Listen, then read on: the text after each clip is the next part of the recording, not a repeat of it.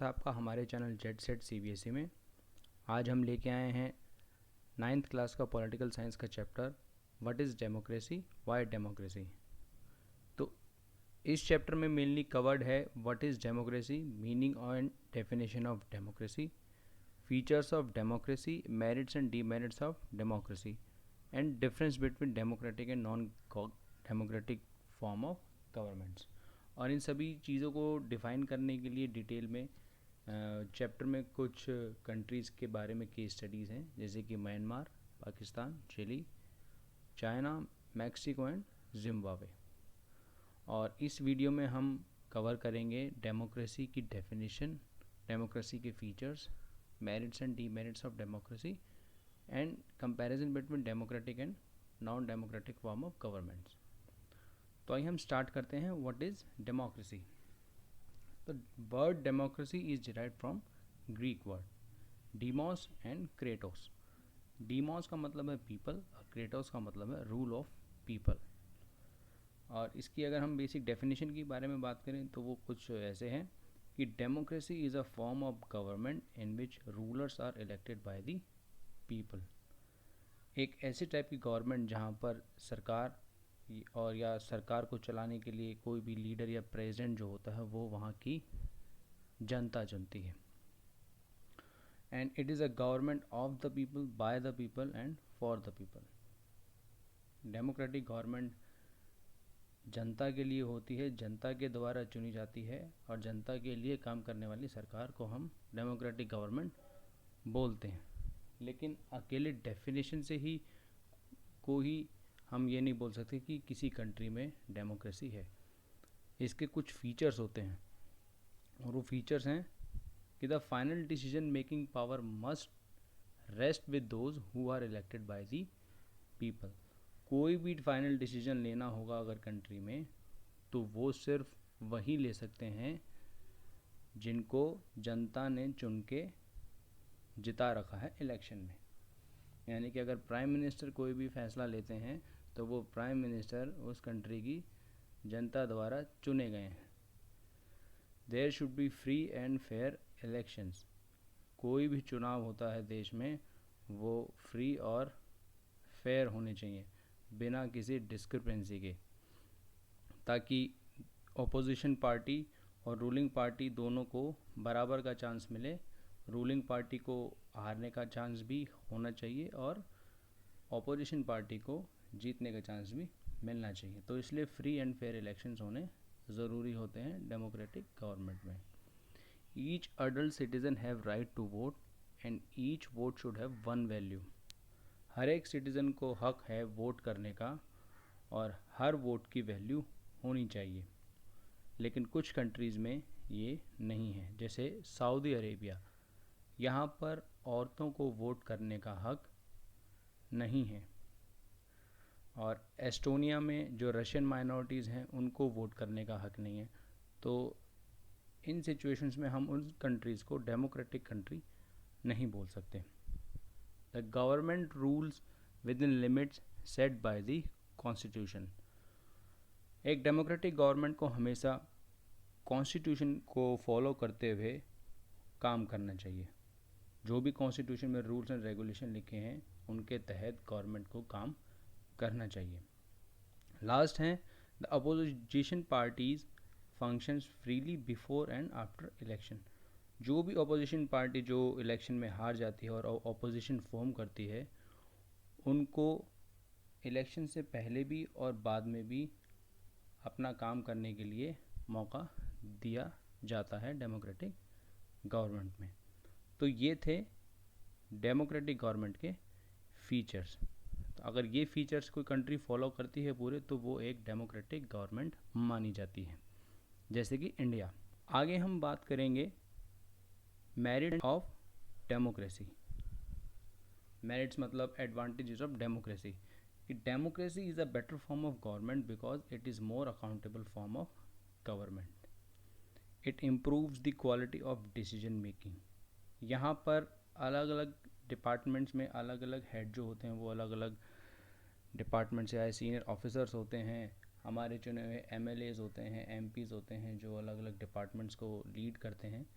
तो कोई भी एक डिसीजन लेना होता है तो वहाँ पर नंबर ऑफ़ पीपल्स के सुझाव दे के एक बेस्ट रिज़ल्ट पे हम पहुँचते हैं। तो इसलिए जो फाइनल डिसीजन मेकिंग होती है वो एक अच्छे से होती है।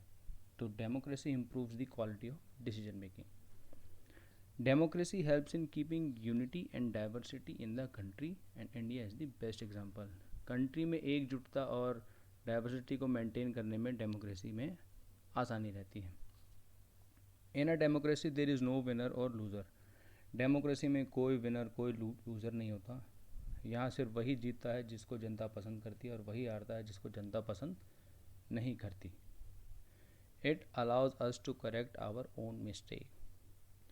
इसका मतलब है कि अगर सरकार कोई ऐसा कानून या ऐसा कोई रूल बनाए जो जनता को पसंद ना आए तो वो अब एक प्रोटेस्ट करके या कोर्ट के थ्रू जाके हम उस रूल्स के ख़िलाफ़ प्रदर्शन कर सकते हैं, उसको चेंज करवा सकते हैं, या आने वाले इलेक्शंस में हम रूलिंग पार्टी के मिनिस्टर्स को ही या रूलिंग पार्टी को ही हम हरा सकते हैं। तो हमें मौका मिल जाता है अपनी मिस्टेक्स को दूर करने का।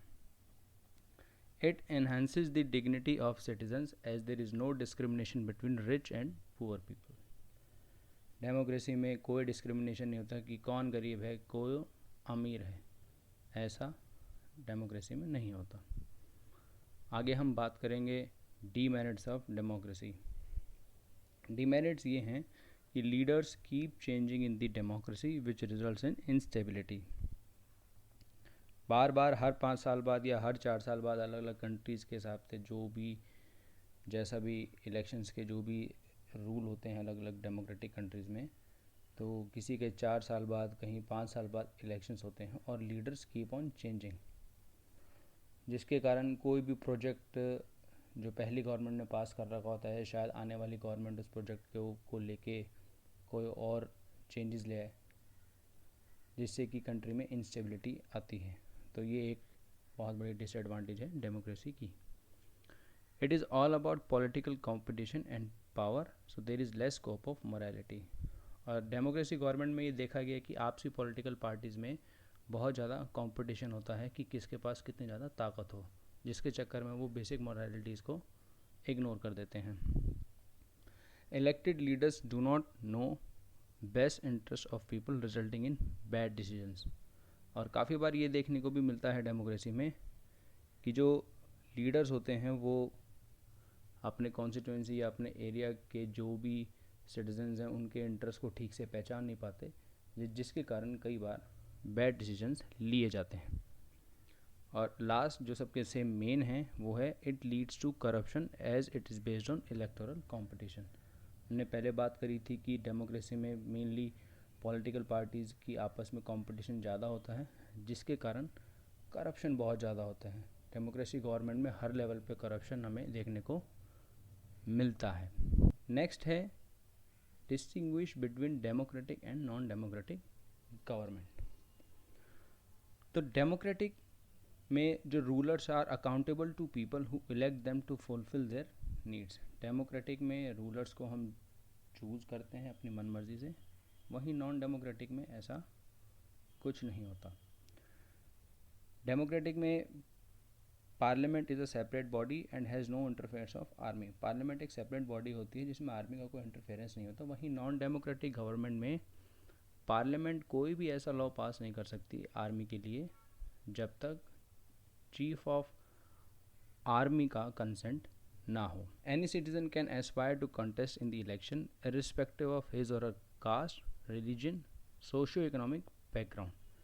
डेमोक्रेसी में कोई भी सिटीजन इलेक्शन में खड़ा हो सकता है और कास्ट, रिलीजन और सोशियो इकोनॉमिक बैकग्राउंड के बेस पे कोई डिस्क्रिमिनेशन नहीं हो सकता। वहीं नॉन डेमोक्रेटिक गवर्नमेंट में एक आम सिटीजन इलेक्शन में खड़ा नहीं हो सकता। डेमोक्रेटिक गवर्नमेंट में mainly free and fair elections होते हैं, वहीं नॉन डेमोक्रेटिक गवर्नमेंट में इलेक्शंस होते ही नहीं, और अगर होते भी हैं तो वो फेयर नहीं होते। डेमोक्रेटिक गवर्नमेंट में people have their fundamental rights, whereas in non-democratic government people do not have their fundamental rights. Democratic countries के एग्जांपल है इंडिया, USA। वहीं नॉन डेमोक्रेटिक कंट्रीज़ के एग्जांपल हैं Zimbabwe and Saudi Arabia. Last में हम बात करेंगे कि डेमोक्रेसी कितने टाइप की होती है। डेमोक्रेसी को भी हमने आगे डिवाइड कर रखा है। फर्स्ट है आपकी direct democracy. In this type people themselves make the laws and take initiatives in resolving issues without electing any representative. Direct democracy में सिटीजन्स अपने लॉज खुद बनाते हैं, खुद अपनी प्रॉब्लम्स को सॉल्व करते हैं। वो अपना कोई भी रिप्रेजेंटेटिव किसी भी पार्टी से इलेक्ट नहीं करते, वो खुद ही रिप्रेजेंटेटिव होते हैं। और इसलिए हम इस डायरेक्ट डेमोक्रेसी को हम प्योर डेमोक्रेसी भी बोलते हैं। ये सूटेबल होती है जनरली स्मॉल कंट्रीज़ के लिए, जैसे कि स्विट्ज़रलैंड। वहीं इनडायरेक्ट डेमोक्रेसी उसे बोलते हैं where people elect their representative and they take decisions on their behalf. जहाँ सिटीजन्स किसी भी पार्टी के रिप्रेजेंटेटिव्स को चुनते हैं और जो रिप्रेजेंटेटिव को चुना गया है वो पूरी पब्लिक के बिहाफ पे डिसीजन लेता है। और मोस्ट ऑफ द कंट्रीज़ में हमें इनडायरेक्ट डेमोक्रेसी टाइप की डेमोक्रेसी देखने को मिलती है, जैसे इंडिया एंड USA। तो ये सब मेन चीज़ें इस चैप्टर में डिस्कस करी गई हैं। इन सभी फीचर्स को आगे और डिटेल में कर रखा है। काफ़ी सारी कंट्रीज़ के एग्जांपल देखे, जैसे कि पाकिस्तान जो कि पहले डेमोक्रेसी थी, उसके बाद वहाँ पर मिलिट्री कूप हुआ, वहाँ पर फिर डेमोक्रेसी आई, लेकिन एक तरीके से वहाँ पर अभी भी प्योर डेमोक्रेसी नहीं है। फिर जिम्बाब्वे, मैक्सिको, चाइना, जहाँ पर कहने को डेमोक्रेसी है लेकिन वो डेमोक्रेसी के काफ़ी सारे फीचर्स को फॉलो नहीं करते। तो ये कंट्रीज़ की केस स्टडी हम करेंगे नेक्स्ट वीडियो में। और क्वेश्चंस मेनली केस स्टडीज़ में से भी आते हैं और डायरेक्ट क्वेश्चंस भी आते हैं। तो नेक्स्ट वीडियोज़ में हम करेंगे केस स्टडी जो भी इस चैप्टर में गिवन है। यहाँ मैं इस वीडियो को एंड करूँगा और आप हमारे चैनल जेट सेट CBSE को सब्सक्राइब करें। Thank you.